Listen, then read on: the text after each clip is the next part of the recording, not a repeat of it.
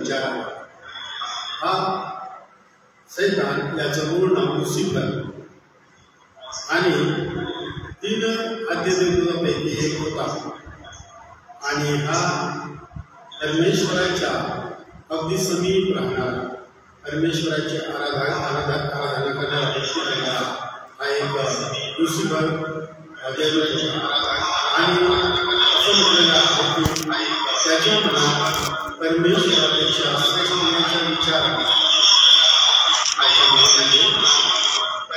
जिवंत परमेश्वराविषयी श्रेष्ठ होण्याचा विचार आला आणि त्यावेळी शिक्षा त्याला मिळाली।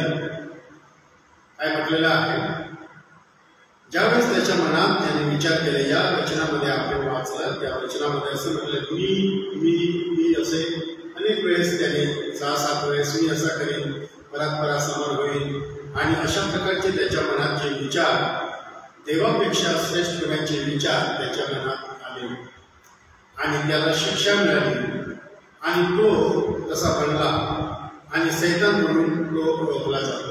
देवाविरुद्ध त्याने बंड केलं, देवाविरुद्ध तो गेला आणि असं म्हटलेलं आहे सैतान म्हणून तो ओळखला गेला। आता आपण पुढे पाहतो तेव्हा आम्हाला सैतान किंवा दियाबल स्वतः तो बनला, स्वतः त्याने परमेश्वराच्या विरोधामध्ये जाऊन परमेश्वराच्या विरोधामध्ये बंड करून त्याने अपराध केल्यामुळे तो स्वतः सैतान बनला, दियाबल तो स्वतः बनला। तो इतर स्वर्गदूताप्रमाणे लुसिफर या नावाने 3 प्रमुख दूतांपैकी एक होता। 3 देवदूत होते, गॅब्रिएल, मिखाएल आणि लुसिफर 3 प्रमुख देवदूत होते। परमेश्वराच्या निर्मिती कार्यामध्ये देवदूतांची निर्मिती केली, त्यामध्ये हे प्रमुख 3 गट होते, त्या 3 प्रमुख हे देवदूत होते। आणि आम्ही पाहतो की गॅब्रिएल जो आहे संदेशवाहक आहे, परमेश्वराचा संदेशवाहक आहे। मिखाएल जो आहे तो लढवय्या देवदूत आहे आणि हा जो होता, हा जो सैतान आपण त्याला म्हणतो, जो लुसिफर, तो परमेश्वराची आराधना करायचा आणि अशा प्रकारे आम्ही पाहतो की त्याने देवाविरुद्ध जाऊन त्याने पाप केल्यामुळे त्याला शिक्षा मिळाली आणि तो सैतान बनला। तो स्वतः त्याने त्याच्या कृत्यामुळे त्याला हे मिळालं। तो निर्मिती असून सैतान निर्माण केला, देवदूत म्हणून त्याला निर्माण करण्यात आला, तो निर्मिती आहे। तो ज्ञान, बळ व व्याप्तीने मर्यादित आहे। सैतान सर्वव्यापी नाही, एक मर्यादा त्याला आहे आणि ज्ञानामध्ये, सामर्थ्यामध्ये आणि याच्यामध्ये एक त्याला मर्यादा आहे, परंतु त्याच्यासह देवापासून देवापासून दूर करण्यात आलेले असंख्य देवदूत होते आणि या दूतांच्या, या लुसिफराच्या बंडामध्ये अनेक दिव्यदूत सामील झाले, त्या बंडामध्ये सहभागी झाले। स्वर्गामध्ये जिवंत परमेश्वराविरुद्ध त्यांनी बंड केलं आणि त्या बंडामध्ये अनेक निर्मित केलेले जे स्वर्गदूत होते या बंडामध्ये सामील झाले आणि असंख्य देव होते, असंख्य अगणित होते आणि त्यांचे सुद्धा अंधकाराचे साम्राज्य होते। कितीतरी असंख्य देवदूत या लुसिफराच्या मागे गेले आणि अशा प्रकारे आम्ही पाहतो की त्यांना त्यांच्या स्वर्गापासून त्यांना दूर करण्यात आलं। तो मरणार नाही, त्यांचे तारणही शक्य नाही व त्याचा शेवटही माहीत आहे, त्याला त्याचा शेवट माहीत आहे। लूक 4:24 आपण काढून वाचू। लूक शुभवर्तमान काढा आणि 4था अध्याय आणि 34वे वचन वाचू आपण। लूक शुभवर्तमान 4 आणि 34 या ठिकाणी देवाच्या वचनात काय लिहिलं, अरे येशू नासरेतकरा, तू आमच्यामध्ये का पडतोस? तू आमचा नाश करावयास आलास काय? तू कोण आहेस हे मला ठाऊक आहे, देवाचा पवित्र पुरुष तो। या ठिकाणी देवाच्या वचनामध्ये आम्हाला माहीत आहे की तो मरणार नाही, त्याचे तारणही शक्य नाही त्याला त्याचा शेवट माहीत आहे. ज्या दिवशी त्याला स्वर्गामधून काढून टाकण्यात आलं आणि त्यावेळेस त्याचा शेवटही त्याला समजलं की त्याचा शेवट कशामध्ये होणार आहे. आणि असंख्य दिव्य दूत यांच्यासह त्यांचं अंधकाराचं साम्राज्य आहे आणि तो त्याच्या सर्व बंडखोर दूताबरोबर युगानुयुग अग्निगंधकाच्या सरोवरामध्ये यातना सहन करणार आहे. हा त्यांच्या तिथे शेवट होणार आहे. आज ते सैतान त्याचे राज्य आहे, अंधकाराचं राज्य आहे, जे भ्रष्ट प्रतिनिधी देवदूत जे त्याच्या मागे गेले असंख्य आहे आणि आज त्यांचं साम्राज्य आहे, अंधकाराचं साम्राज्य आहे. परंतु त्यांचा शेवट कुठे आहे? अग्नी गंधक याच्या सरोवरामध्ये होणार आहे. आणि हा भयानक शेवट त्यांना माहीत आहे, हा भयंकर शेवट त्यांना माहीत आहे. आणि या ठिकाणी जेव्हा आम्ही पाहतो तेव्हा आम्हाला समजतं की प्रभू येशू ख्रिस्त जेव्हा येणार, दुसऱ्यांदा येणार आणि सर्व दुसऱ्यांदा आल्यानंतर आम्ही पाहतो की शेवटी सैतानाचा देखील न्याय होणार, त्याला बांधणार आणि सैतान आणि त्याचे दूत त्यांना जळत्या अग्निकुंडामध्ये त्या ठिकाणी त्यांना युगानुयुग शिक्षा, युगानुयुग असं म्हटलेलं आहे. काही मर्यादित समयापुरतं नाही, काही ठराविक वेळेपुरतं नाही. सैतान त्याच्या दूतांचा जो शेवट आहे तो युगानुयुग त्या अग्निगंधकाच्या सरोवरामध्ये शेवटी होणार आहे. आणि म्हणून आम्ही पाहतो की अशा प्रकारे या ठिकाणी सैतान त्याचा उद्गम त्याच्या मनात देवाविषयी विचार कसे आले आणि त्याने देवाविरुद्ध बंड केलं आणि त्या बंडामध्ये अनेक देव सामील झाले आणि त्यांना स्वर्गापासून त्यांना दूर करण्यात आलं. आणि परंतु तो निर्मिती आहे, देव नाही. या जगाचा तो देव आहे, अविश्वास करणाऱ्या लोकांचा तो देव आहे, परंतु तो एक निर्मिती आहे. तो ज्ञानबळ आणि व्याप्ती यामध्ये तो मर्यादित आहे. जसं परमेश्वर सर्व समर्थ, सर्वव्यापी, सर्वज्ञ, सर्व शक्तिमान आहे, ते याच्यामध्ये नाही. हा निर्मिती आहे, देवदूत आहे. आणि म्हणून या ठिकाणी आम्हाला समजून घ्यायचं आहे की त्याचा शेवट अटळ आहे आणि जळत्या अग्नीच्या सरोवरामध्ये त्यांचा शेवट आहे हे त्याला माहीत आहे. आणि म्हणून या ठिकाणी असं म्हटलेलं आहे, युगानुयुगाच्या अग्निगंधकाच्या सरोवरामध्ये ते यातना सहन करणार आहे. आणि अशा प्रकारे आम्ही या ठिकाणी पाहतो. मग सैतान त्याचा स्वभाव काय? सैतानाचा स्वभाव ज्यावेळेस आम्ही पाहतो त्यावेळेस आम्हाला समजतं की सैतान त्याचे दूत असून आत्मिक व्यक्ती सुद्धा आहे आणि देवाविरुद्ध बंड भरल्यामुळे तो व त्याचे दूत दंडित करण्यात आलेले आहे. त्याला दंड देण्यात आलेला आहे.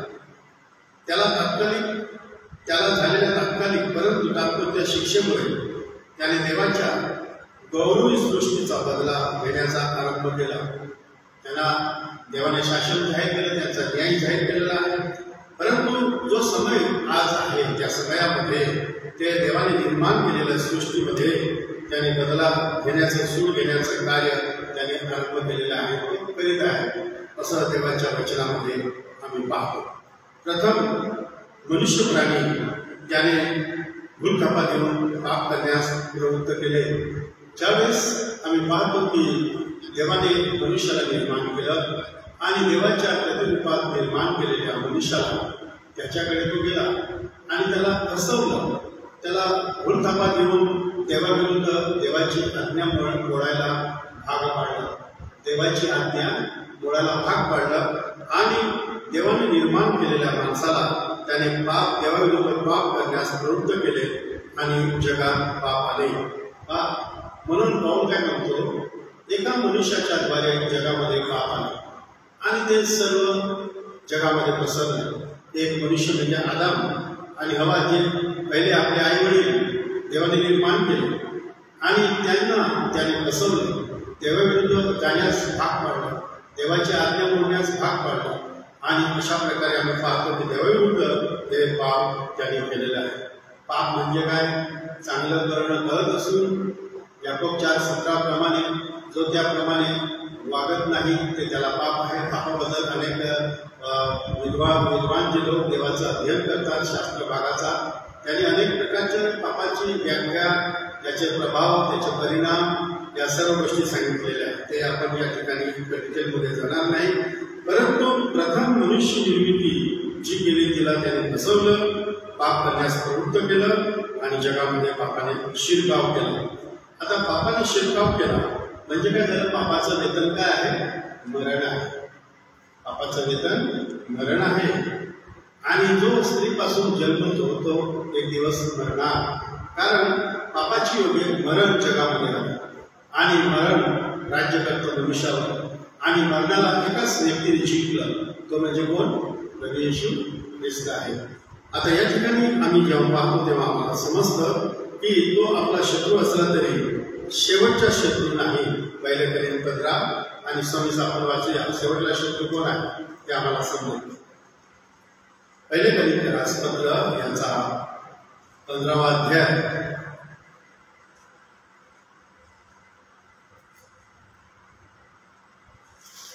वाचू आपण. पहिले करीन 15 आणि 26 ही वचने आपण पाहू. या ठिकाणी देवाचे वचन काय सांगितलं? जो शेवटला शत्रू नाहीसा केला जाईल तो मृत्यू होय. मनुष्याचा शेवटला शत्रू कोण आहे? मृत्यू आहे. पहिले करीन 15 आणि 26 मध्ये देवाचं वचन आम्हाला शिकवतं की तो आता शत्रू असला तरी शेवटचा शत्रू नाही. सैतान आपला वैरी शत्रू आहे, परंतु आमचा खरा शेवटला शत्रू मृत्यू आहे. मृत्यू कुणाला सोडणार नाही. मृत्यू कुणाला सोडणार नाही. आम्ही पापामुळे आम्ही मृत्यूच्या प्रभावाखाली आहोत. आणि ज्यावेळेस आम्ही प्रभू येशू ख्रिस्तावर विश्वास ठेवतो आणि आम्ही पश्चाताप करून आम्ही पापांची क्षमा मिळवतो, आम्हाला आमची तारणाची खात्री मिळते आणि आमचा नवीन जन्म होतो, त्यावेळेस देव आम्हाला या मरणातून जीवनामध्ये आम्हाला घेऊन जातो. आम्ही मरणामध्ये राहत नाही, आम्ही जीवनामध्ये जातो. आणि शेवटला शत्रू जो मृत्यू आहे त्यापासून आमची सुटका होणार येशू ख्रिस्तामध्ये आहे. त्यांना यापुढे या मरणाची बाधा होणार नाही असं देवाचं वचन सांगत आहे. आता या ठिकाणी आम्ही पाहतो की सैतानाची काही गुणवैशिष्ट्य आहे. त्याची गुणवैशिष्ट्य आहे तो अतिशय धूर्त आहे, अतिशय धूर्त आहे, अतिशय कवयबाज आहे.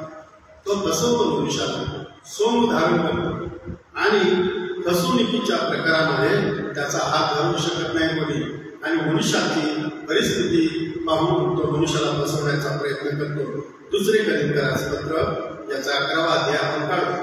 नवीन करारामध्ये दुसरे करीन पत्र याचा 11वा अध्याय आणि 11वा अध्याय आणि 14 आणि 15 ही वचने आपण वाचूया.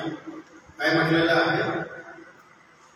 यात आश्चर्य वाटण्यासारखे काही नाही, कारण सैतानी स्वतः तेजस्वी देवदूताचे सोंग धारण करतो. म्हणून त्याच्या सेवकांना ही नीतिमत्वाच्या सेवकाचे सोंग घेतले तर ती मोठीशी गोष्ट नाही. त्यांचा शेवट त्यांच्या कर्माप्रमाणे होईल. सांगायचा उद्देश, सैतान सोंग धारण करतो. पौल काय म्हणतो? सैतान तेजोमय दूताचं रूप देखील धारण करतो. धार्मिकाला, देवाच्या लेकरांना, नीतिमत्व प्राप्त झालेल्या देवाच्या लेकरांना तो नेहमी सदैव फसवण्यासाठी तो सर्व प्रकारच्या युक्त्या करतो, योजना करतो आणि मनुष्याला भुलवण्याचा प्रयत्न करतो, फसवण्याचा, पापात पाडण्याचा परीक्षेमध्ये. परंतु या ठिकाणी देवाचं वचन आम्हाला काय शिकवत आहे की तो सोंग घेतो आणि तेजोमय दूताचं देखील तो रूप घेतो असं देवाचं वचन सांगत आहे. तो कशाचा आधार घेतो आम्ही पाहू. योहान 8 आणि 44, योहान पुरुषोत्तमान 8वा अध्याय आणि 44 ही वचने आपण पाहूया. काय म्हटलेलं आहे देवाच्या वचनामध्ये? तुम्ही आपला बाप सैतान याच्यापासून झाला आणि तुमच्या बापाच्या वासनेप्रमाणे करावयास इच्छिता. तो प्रारंभापासून मनुष्य घातक होता आणि तो सत्यात टिकला नाही, कारण त्याच्यामध्ये सत्य नाही. तो खोटे बोलतो तेव्हा तो स्वतःचे बोलतो, कारण तो लबाड व लबाडीचा बाप आहे. सैतानाचे गुणवैशिष्ट्य याकडे आम्ही पाहत असताना आम्हाला समजून घेणं फार महत्वाचं आहे बरं का. शास्त्र उघडलं नाही सगळं. तर या ठिकाणी असं म्हटलेलं आहे, त्याची गुणवैशिष्ट्ये, तो सोप धारण करतो आणि तो लबाडी करतो, घात करतो, मनुष्य घातक आरंभापासून. आणि सैतानाचं कार्य आम्ही पाहतो त्याच्या स्वभावानुसार आम्हाला पाहायला भेटतं की त्याने मनुष्यासाठी लबाडी केलेली आहे. तो खोटं बोलतो, त्याच्यामध्ये सत्य नाही. सैतानामध्ये सत्य नाही, कारण तो सत्यामध्ये टिकला नाही, सत्यामध्ये चालला नाही. आणि म्हणून तो आरंभापासून देवाने का तुला निर्माण केलं तेव्हाच तुझ्या काही मला अधर्म दिसून आला, पण समयांतरात तुझी वागणूक व्यवस्थित होती. देवाच्या सत्यामध्ये तो टिकला नाही आणि देवाविरुद्ध बंड करून तो देवापासून दूर गेला, अनेकांना होऊन गेला. आणि आज देवाने निर्माण केलेली निर्मिती मनुष्याला देखील तो अशा प्रकारच्या गोष्टींमध्ये पापामध्ये घेऊन जात आहे. सोंग धारण करतो आणि लबाडी करतो, घात करतो, सूड घेतो. हा त्याची वैशिष्ट्य आहे. आणि याचा प्रभाव मनुष्याच्या जीवनामध्ये आहे. या प्रभावाखाली मनुष्य या सैतानाच्या स्वभावाच्या प्रभावाखाली आहे. आणि या ठिकाणी काय म्हणतो की तो मनुष्य देखील लबाडी करतो, नाही का. पुष्कळदा लबाडी मनुष्य करतो. आपल्या जीवनामध्ये पण आपण आपल्या जीवनात कळत न कळत लबाडीचं पातक होऊन जातं. आणि सैतान हा लबाडीचा बाप आहे. कशाचा बाप आहे तो? लबाडीचा बाप. तो घात करतो, सूड घेतो. सूड मनुष्य एकमेकाचा देखील घेतो. सैतान सूड घेतो, कारण ही देवाची निर्मिती आहे. आपण कोणाची निर्मिती आहोत? देवाची निर्मिती आहोत. आम्ही देवाची मुले आहोत. म्हणून सैतान जितकं होईल तितकं तो सोंग धारण करून लबाडीचा योजना युक्त्या करून मनुष्याचा कसा घात करावा हे सदैव तो करीत असतो. आरंभापासून सैतान घात नाश करण्यासाठी. प्रभू येशू ख्रिस्त म्हणतो, मी आलो जीवन द्यायला आलो. सैतान आलाय तो घात आणि नाश करायला आलेला आहे. आणि अशा प्रकारे आम्ही पाहतो की या ठिकाणी पुष्कळदा आमच्या विश्वासाची सचोटी तपासणे आणि आमचा विश्वास याची देखील परीक्षा होते. आमच्या विश्वासाची परीक्षा होते. आणि पुष्कळदा आम्हाला सैतान त्या परीक्षेमध्ये सदैव पाडण्याचा प्रयत्न करतो. येशू ख्रिस्ताने पेत्राला काय म्हटलं? पेत्रा तुला गव्हाच्या दाण्यासारखे चाळ म्हणून सैतानाने मागणी केली, पण मी तुझ्यासाठी काय केली? प्रार्थना केली. म्हणजे आमच्या विश्वासाच्या परीक्षेमध्ये सैतान आम्हाला पापात पाडू शकतो, देवापासून दूर नेऊ शकतो. आणि म्हणून परीक्षेच्या काळात आम्ही काय केलं पाहिजे? आम्ही प्रार्थना केल्या पाहिजे, जागृत राहायला पाहिजे. कारण आमची विश्वासाची परीक्षा होत असतं, तपासली जाते. त्यावेळेस सैतानाचा फार मोठा रोल असतो. त्यामध्ये आम्हाला कसं परीक्षेमध्ये पाडणं, देवाविरुद्ध आम्ही कशा प्रकारे जाऊ शकतो, या सर्व गोष्टी तो करू शकतो. आणि म्हणून या ठिकाणी आम्ही या गोष्टी पाहतो. विविध बंधनामध्ये जखडणं. आज आमच्या अवतीभोवती जगाकडे पहा. लोक विकारामध्ये, वासनेमध्ये, पापाच्या, व्यसनाच्या आणि अशा प्रकारच्या अनेक जोखडाखाली आहे. व्याधी, विकार, पीडा, सर्व गोष्टी त्याच्यापासून नाही हे पण सत्य आहे. परंतु सैतान या ठिकाणी विविध बंधनामध्ये मनुष्याला जखडून टाकतो आणि त्या बंधनामध्ये त्याला जखडून टाकतो. वेगवेगळ्या प्रकारचे भयानक आजार देखील तो निर्माण करतो. आणि आम्ही पाहतो की आजार, पापे, अशुद्धता, भूतबाधा, अंधत्व, मुकेपणा. आम्ही येशू ख्रिस्ताच्या सेवा कार्यामध्ये आम्हाला या गोष्टी आम्हाला पाहायला भेटतात की येशू ख्रिस्ताकडे मुके आत्मे देखील येशू ख्रिस्ताने काढले. आंधळ्यांची दृष्टी देखील त्याने उघडली. भूतबाधा झालेले देखील प्रभू येशू ख्रिस्तात भूतग्रस्तांना मुक्त केली आणि सर्व अशुद्धता प्रभू येशू ख्रिस्ताने घालून दिली. तर सैतान विविध बंधनामध्ये जखडतो माणसाला, जखडून टाकतो माणसाला, आणि हे आम्ही समजून घेतलं पाहिजे. सैतानाविषयी आम्ही शिकत असताना सैतान कोण आहे, तो काय करतो, त्याचा स्वभाव काय आहे, त्याचे उगम कुठे होतात, त्याचं पतन कसं झालं, तो देवापासून कसं झाला, दूर झाला, आणि या सर्व गोष्टी, आणि तो मनुष्यामध्ये आमच्यामध्ये जगामध्ये कसं काम करतो, सोंग घेतो, दबाडी करतो, घात करतो, सूड घेतो, आमच्या विश्वासाच्या परीक्षेमध्ये आम्हाला खाली आणण्याचा प्रयत्न करतो, आणि विविध बंधनामध्ये आम्हाला जगडून टाकण्याचा प्रयत्न करतो. आणि ज्यावेळेस मनुष्य विविध बंधनामध्ये जखडला जातो त्यावेळेस त्याला आम्ही पाहतो देवाच्या वचनामध्ये आत्मिक आंधळेपण. देवाचं सत्य त्याला कळत नाही, देवाचं सत्य त्याला कळू देत नाही, देवाच्या पुत्राच्या प्रतिमेचा प्रकाश आमच्या अंतरंगामध्ये तो प्रकाश देत नाही, आणि तो आम्हाला जखडतो, आम्हाला बांधून टाकतो.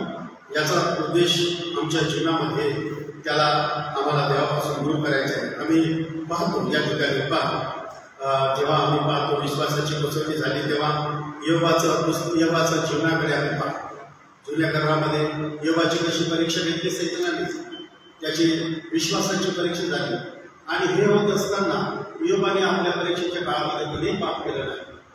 योबाचं पुस्तक पहिला अध्याय 13 ते 35 वचने आपण वाचली नाही, परंतु आम्हाला माहीत आहे, योबाची गोष्ट आम्हाला माहीत आहे की कशा प्रकारे त्या विश्वासामध्ये शेवटपर्यंत टिकून राहिला आणि तो पडला नाही. आणि लूक 13 आणि 16 आपण वाचू की कशा प्रकारे विविध बंधनेमध्ये जे लोक आहेत आणि त्यांच्याबद्दल आपण जे ऐकलं ते आपण वाचून घेऊया. लूक शुभवर्तमान 13वा अध्याय आणि 16 वचन त्या ठिकाणी काय सांगत आहे. लूक शुभवर्तमान याचा 13वा अध्याय आणि 16 वचन. ही तर अब्रामाची कन्या आहे. पहा, हिला सैतानाने 18 वर्षे बांधून ठेवले होते. शबात दिवशी हिला या बंधनात सोडवणे योग्य नव्हते का. पहा, या ठिकाणी आम्ही पाहतो शबात दिवशी प्रभू येशू ख्रिस्ताने एक आश्चर्यकर्म केलेला आहे, आणि प्रभू येशू ख्रिस्त या ठिकाणी म्हणतो ही अब्रामाची कन्या, हिला 18 वर्ष बंधनामध्ये सैतानाने ठेवलं असं म्हटलेलं आहे. यावरून आम्हाला समजतं सैतान मनुष्याला बांधून ठेवतो, जगून ठेवतो, त्याचं मन बुद्धी आंधळे करतो, बधिर करतो, तोडगे करतो, आणि आम्हाला देवाचं सत्य समजू देत नाही. भयानक कार्य त्याचं. जेव्हा तुम्ही पुढे जाईल, पुढे तुम्हाला अनुभव येत जाईल, तेव्हा तुम्हाला या देवाच्या सत्या वचनाची तुम्हाला स्मरण होईल की सैतान किती काळेबाज आहे, तो कशा प्रकारे काम करतो हे आम्हाला समजून येईल. आता पुढे पवित्र शास्त्रलेखांचा दुरुपयोग जो संदर्भ वाचला लूक 13:16, तर ते बंधन त्याच्यात असू शकत आहे ना, तिला बांधून ठेवले. तर हे बंधन शारीरिक आहे. हा विकार जो झाला त्या बाईला तो काय आहे, शारीरिक आहे, पण त्याला कुबड म्हणतो. प्रत्येक कुबड असणारा सैतानाने बांधलेला आहे असं नाही. ठीक आहे, पुष्कळ गोष्टी त्या आत्मिक आहेत, मानसिक आहेत, भावनिक आहेत. परंतु ही जी गोष्ट आहे पहिलीची, कुठली स्त्री हे कोणतं बंधन केलं, शरीर आहे. म्हणजे काही वेळेला काही आजारांचे उपचार होत नाहीत हे आपण बघितलेलं आहे. अशी शक्यता असू शकते, असं म्हणत नाही की आहे, अशी शक्यता असू शकते. सैतान हा माणसांना म्हणजे सर्वांना हा शारीरिक विकारांच्या पण बंधनामध्ये जखडतो असं त्याचा अर्थ. तर पुढे जेव्हा आम्ही पाहतो तेव्हा असं म्हटलेलं आहे पवित्र शास्त्रलेख आहे. तुमच्या हातात हे देवाचं वचन आहे, बायबल हे देवाच्या मुखातून आलेलं वचन आहे. हे सत्य आहे, हे परिपूर्ण आहे, हे सार्वकालिक आहे, कधी न बदलणारं वचन आहे. आत्मा आणि जीवन हे वचन आहे, आणि हे देवाच्या मुखातलं पवित्र आत्म्याच्या प्रेरणेने लिखित झालेलं वचन आहे.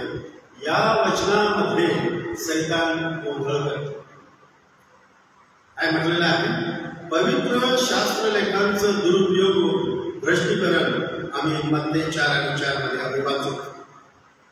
काय म्हटलेलं आहे, मत्ते 4 आणि 4 येशूची परीक्षा होत असताना सैतानाने देवाच्या शास्त्रलेखांचा वापर केला. येशू ख्रिस्ताची परीक्षा कोणी घेतली, सैतानाने घेतली. परीक्षक पण होता, सैतान होता. आणि त्याने कशामधून परीक्षा घेतली? पवित्र शास्त्रलेखाच्या वचनाचा आधार घेतला.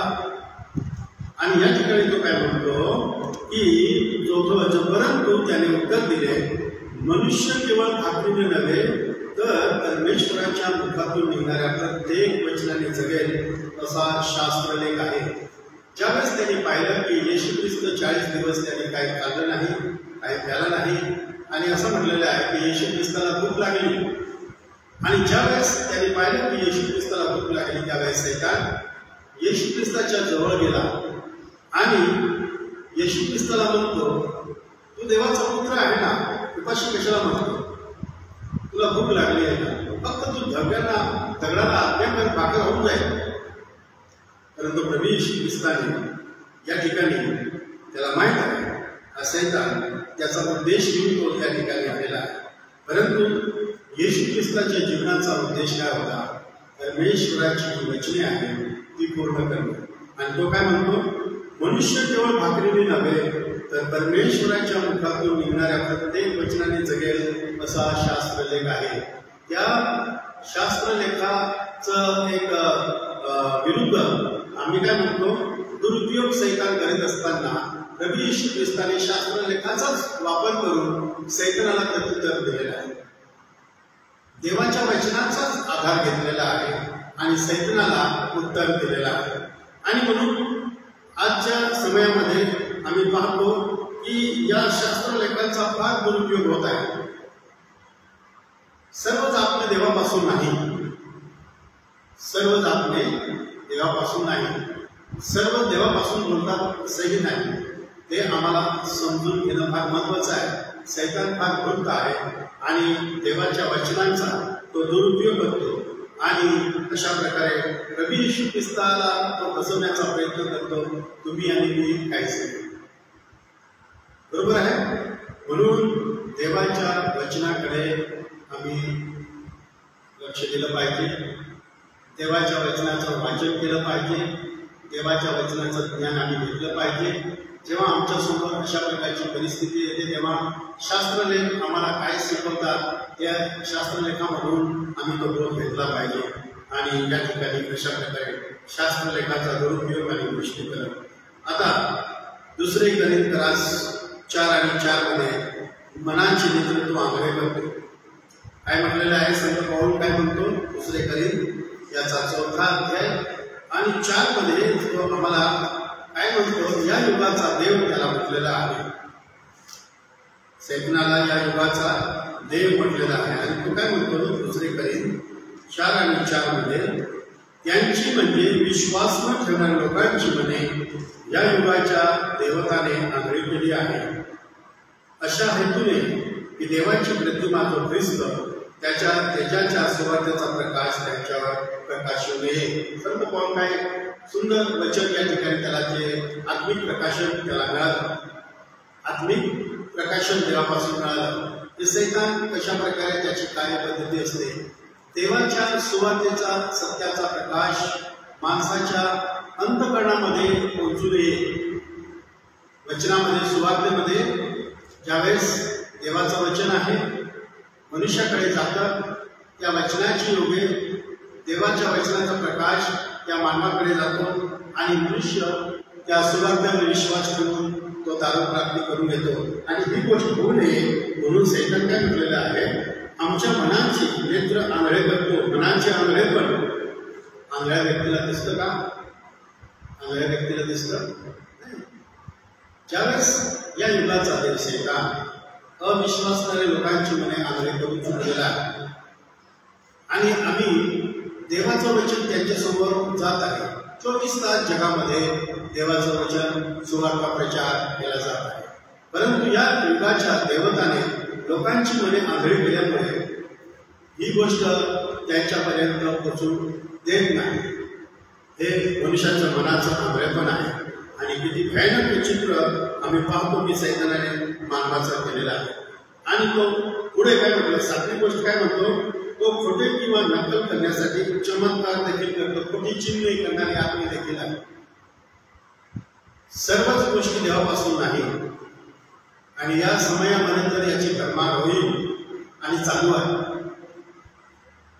तुम्हाला देवाच्या सत्यवचनामधून शास्त्रशुद्ध शिक्षण दिलं का जात आहे की येणाऱ्या आमच्या विश्वासामध्ये आम्ही जगत असताना आम्ही या गोष्टीला आम्ही बळी पडू नये.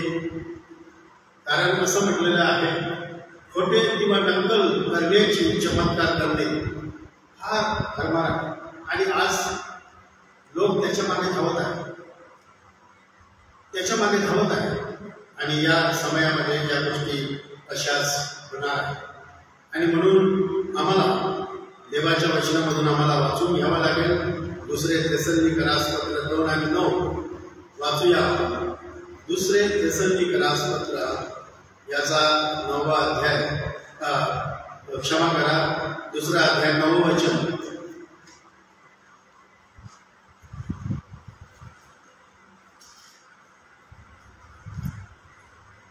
काय म्हटलेलं आहे या ठिकाणी 2 आणि 9. तर या ठिकाणी देवाचं वचन आम्हाला शिकवत आहे.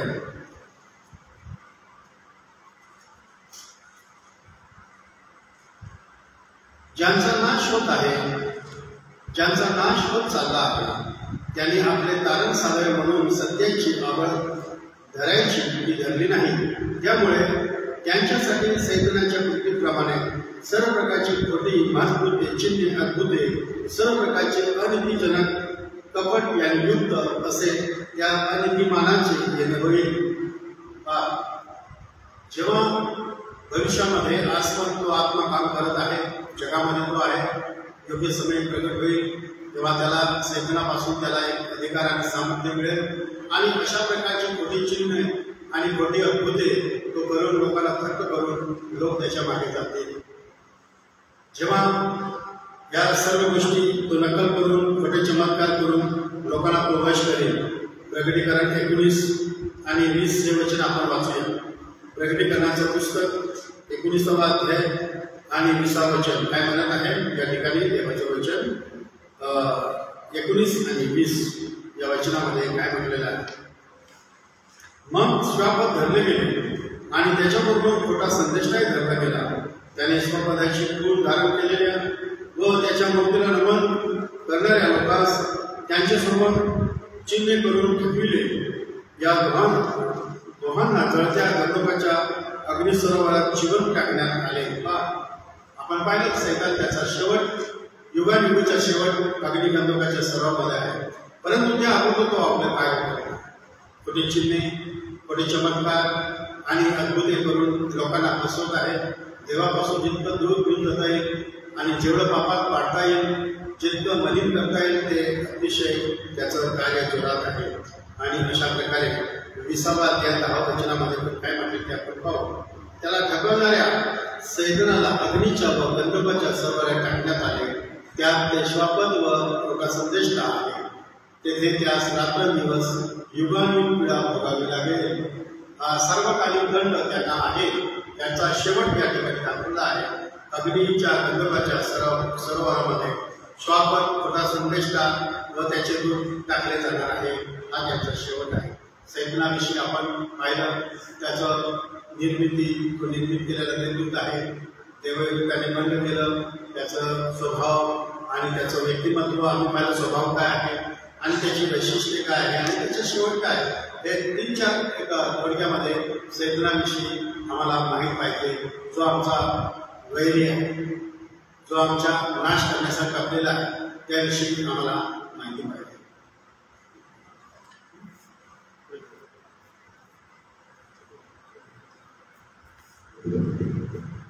बाळासाहेबांचा आभार मानतो व पुढील स्पष्टीकरणासाठी व इंग्रजीमध्ये जे आमच्या ऑनलाईन विद्यार्थी आहेत त्यांच्या मार्गदर्शनासाठी आदरणीय डॉक्टर रणजी जय बाळासाहेब सेवा करतील.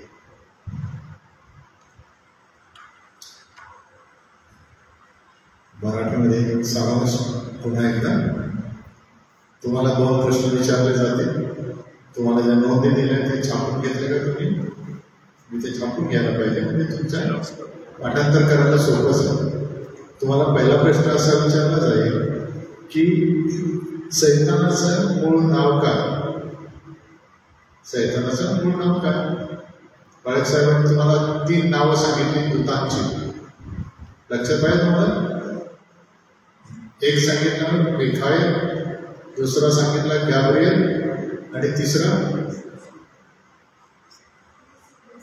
पण ते लक्षात ठेवायचं आहे तुम्हाला. सैतानाचं मूळ नाव काय आहे? लुसिफर किंवा चमकता तारा किंवा पहाटेचा तारा. हे लक्षात ठेवायचं आहे कारण ते महत्वाचं आहे आणि त्याचं वर्णन तुम्हाला दिलेलं आहे. टुडे वी सॉ the confession of statements about Satan. There are various issues about Satan. One is, how did Satan emerge as Satan?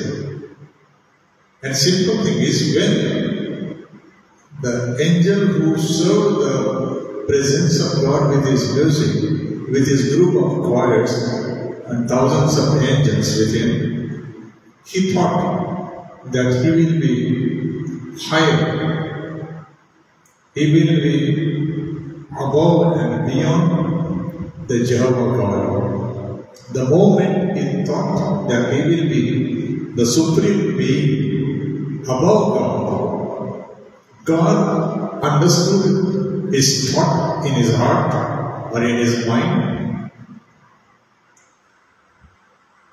देवाला कसं कळलं सैतानाच्या मनात विचार आला?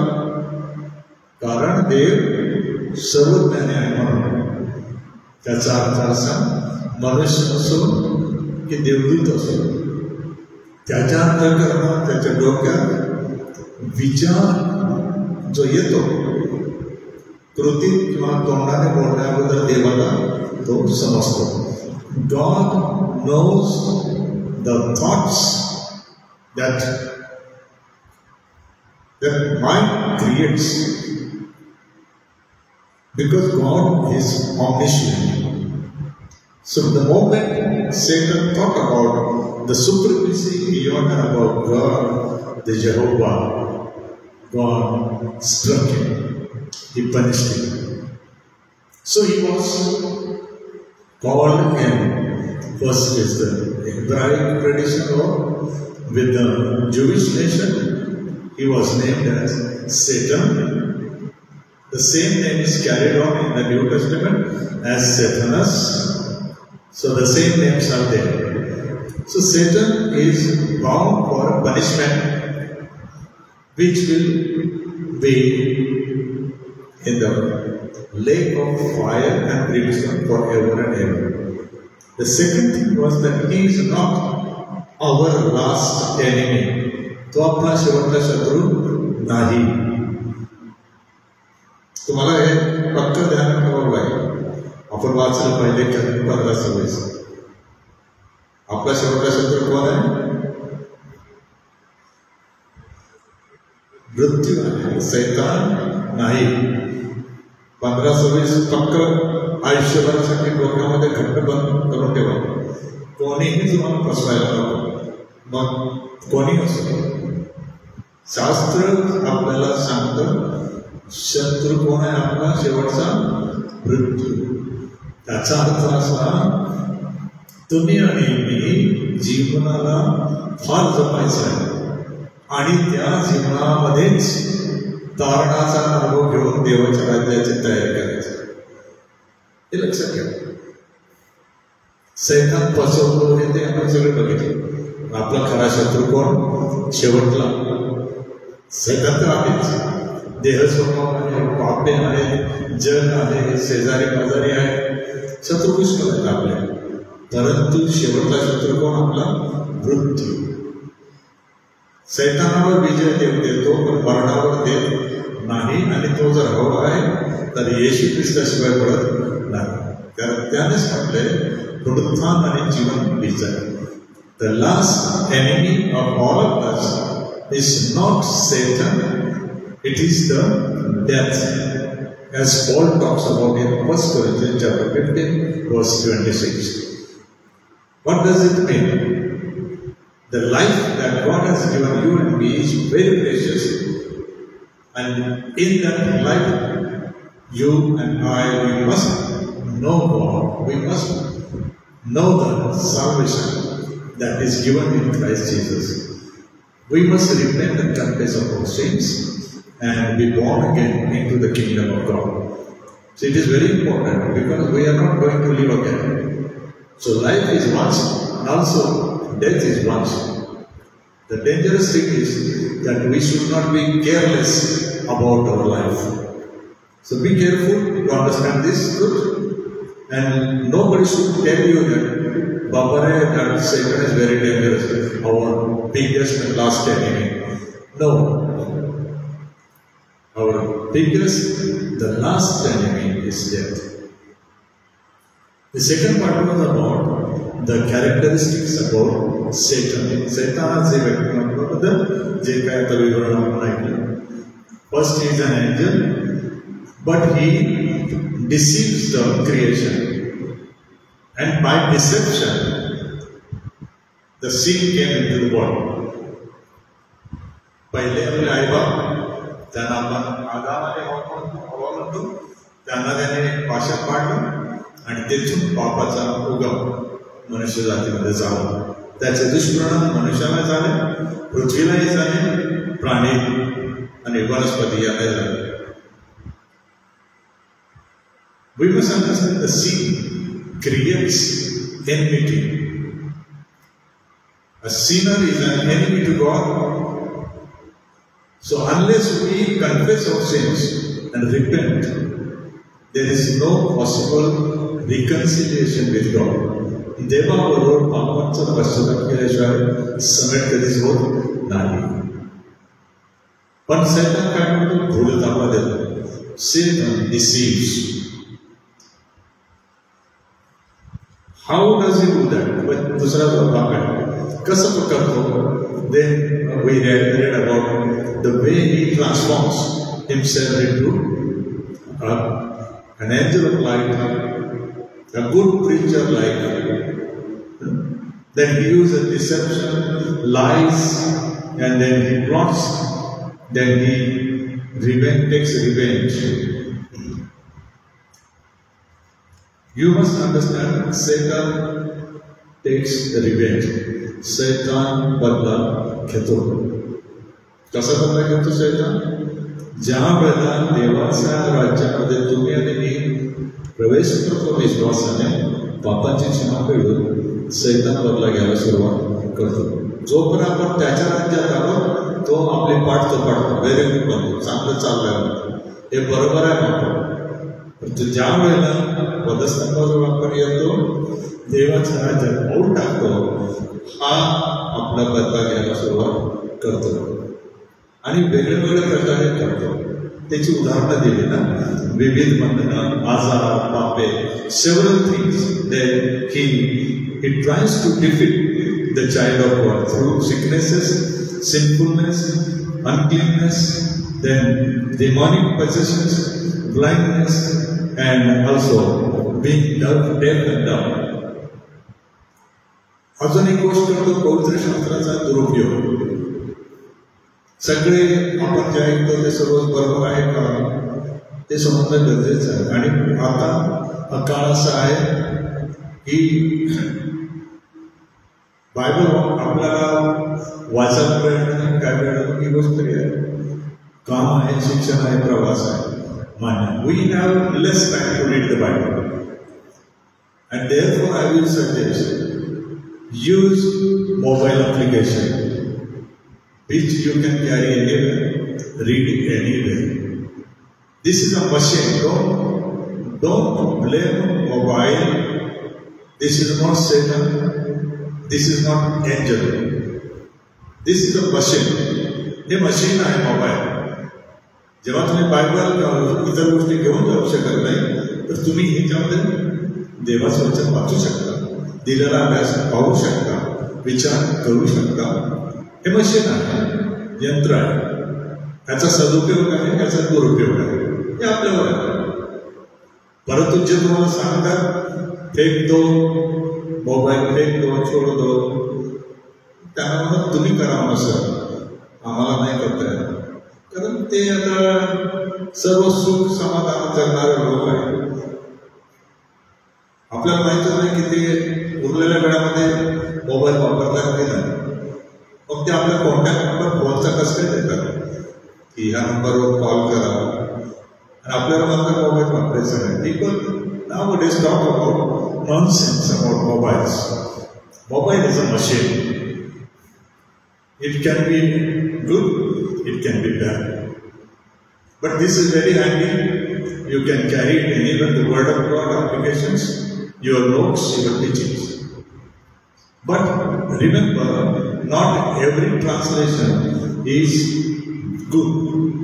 You need to know which translation we need to use. But preachers and teachers might end up with different type of teachings, giving the same words. असं लिहिलं आहे असं सांगून आपल्याला ते सांगू शकतात. आपल्याला जर माहीत असेल तर आपण त्याला तोंड देऊ शकतो. शेवटी त्याचा शेवट सांगितला तो पहिले त्याचा श्वापर खोटा संदेश आणि नंतर तिसरा जाणार आहे Satan. At the end of the judgment Satan will be thrown into the lake of fire and brimstone. अग्नी गंधकाच्या सरोवरात कसा टाकला गेला बघा बरं तुमच्या बायबलमध्ये कसा टाकला गेला तो 19:20 प्रकटीकरण 19:20.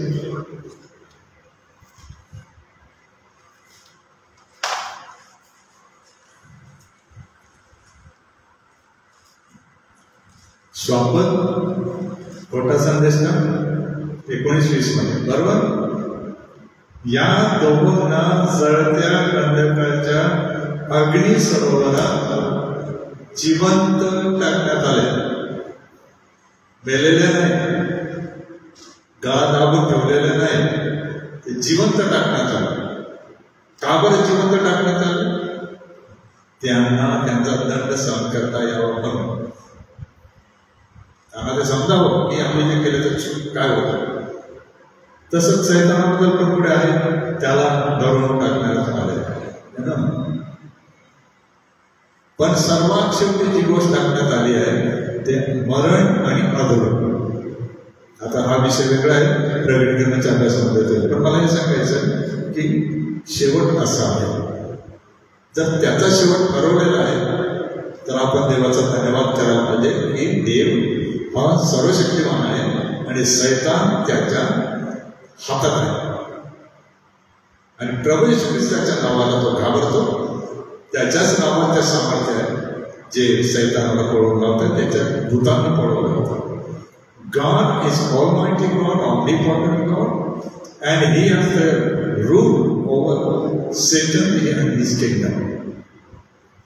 So we need to be happy about it that God is our God Father who loves us and who cares for us. So this is the lesson today that we need to be aware of Satan, his strategy, and also for our exercises. मराठीमध्ये सैतानाचं मूळ नाव काय आणि त्याच्यानंतर दुसरा प्रश्न तुम्हाला आहे सैतानाला कोणी निर्माण केले. इंग्रजीमध्ये तोच प्रश्न आहे की what is the original name of Satan and who created Satan. You will be asked those questions in your examination at the end of the course. Thank you, Reverend Ramad Walvi and Pastor Rajiv and the Association of the World. Thank you, children, for joining our session tonight. God continue to bless you. Thank you, Reverend L.P. World College. आपण आपला sir अभ्यास घेतला आणि आम्हाला आशीर्वाद दिला. धन्यवाद पवार साहेब. मी दोन्ही बाळांचे मनपूर्वक आभार मानतो. नवीन एल.पी. वर्ग पवार साहेब, डॉक्टर नवीन जी पवार साहेब, आपण एक वर्ग वचनाची सेवा केली. आजच्या ऑनलाईन प्रशिक्षणामध्ये जर आवाज नीट येत नसेल तर थोड्या वेळानंतर आपल्याला ह्याच अभ्यासक्रमाची यूट्यूब लिंक आम्ही देणार आहोत. त्याच्यामध्ये आवाज एकदम क्लिअर असेल. तर आपण थोड्या वेळाने असोसिएशन नंदुरबार व्हॉट्सॲप किंवा असोसिएशन नंदुरबार फेसबुक आणि असोसिएशन नंदुरबार यूट्यूब या तीनही चॅनलवरती या सेवेचा लाभ आपण घेऊ शकता. सोबतच जे लेकरं या ठिकाणी आहेत आपल्याला देवावर सहाय्य करो आणि जसं आपल्याला म्हटलं होतं की आपल्याला प्रशिक्षणाचा पदाधिक कार्यक्रम करायचा आहे. मागच्या रविवारी आपण बोललो, या रविवारी सुद्धा आपण बोलणार आहोत आणि प्रभूने आपल्या शिष्याला शिकवलेली प्रार्थना ही आपल्याला बोलून दाखवायची आहे. तर आपण एकत्र ती बोलूया. सर्वप्रथम प्रश्नाचं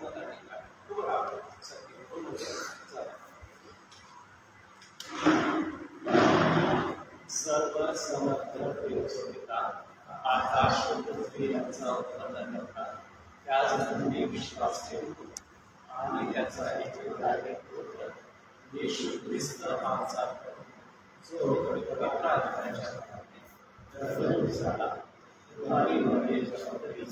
जन्मास आला बंद केला त्याच्या वेळेस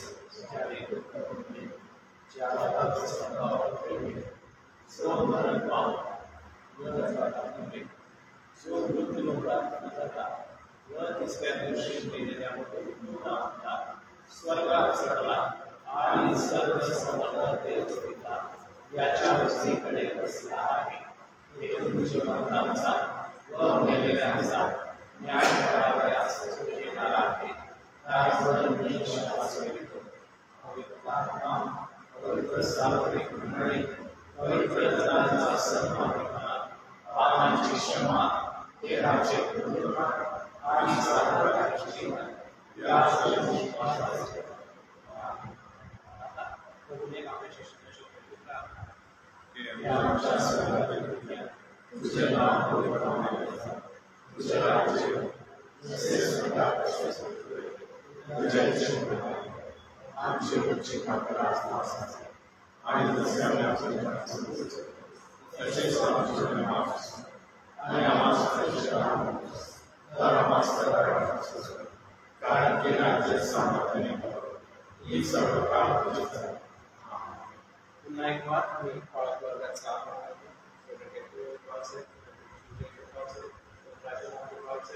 जेव्हा आपल्याला सांगणे आमच्या अभ्यासात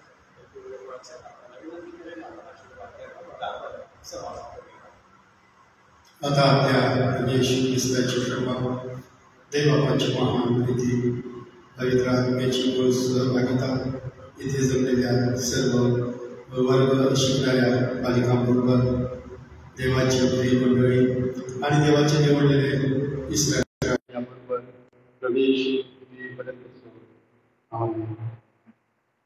धन्यवाद. बाळांनो, तुमचे व्हॉट्सअप नंबर आहेत का तुमचे आई वडिलांचे, ज्याच्यावर अभ्यासाचे नोट्स पाठवल्या जातील किंवा जो अभ्यास आहे तुमच्याकडे तुमच्या वहीमध्ये एक नंबर लिहून घ्या.